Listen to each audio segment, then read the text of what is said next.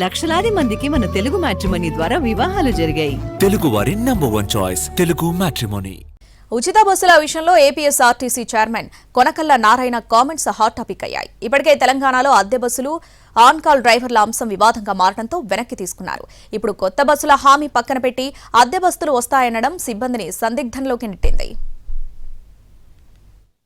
ఏపీఎస్ఆర్టీసీలో మహిళలకు ఉచిత ప్రయాణం అనేది ఎన్నికల సమయంలో కూటమి ప్రామిస్. దీంతో మహిళలంతా దానిపై ఆశలు పెట్టుకున్నారు.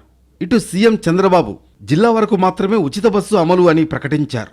జిల్లా పరిధిలో అంటే అది ఉమ్మడి జిల్లా అనుకోవాలా లేదంటే విభజించిన జిల్లాలా అన్నది క్లారిటీ రావాల్సి ఉంది. ఇదిలా ఉంటే సంస్థ చైర్మన్ కొనకళ్ళ నారాయణ కొత్త ప్రకటన చేశారు. కొత్తగా నియామకాలు చేపట్టండి అంటూ డిమాండ్లు చేస్తుంటే ఇప్పుడు అద్దె బస్సులతో మహిళలకు ఉచిత బస్సు ప్రయాణం అందిస్తాం అన్నారు చైర్మన్ కొనకళ్ళ. అంటే ఉద్యోగుల డిమాండ్లలో ఒకటైన నియామకాల ఆలోచన ఇక లేనట్లే అని తేలిపోయినట్లయింది. అద్దె బస్సులు ఆన్ కాల్ డ్రైవర్లపై ఇప్పటికే వ్యతిరేక స్పందన వస్తోంది.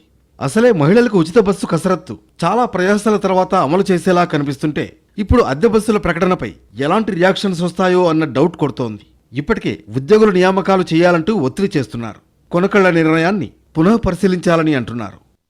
బోర్డు చైర్మన్ గౌరవనీయులు కొనకళ్ళ నారాయణ గారి అధ్యక్షతన సమావేశం జరగడం జరిగింది.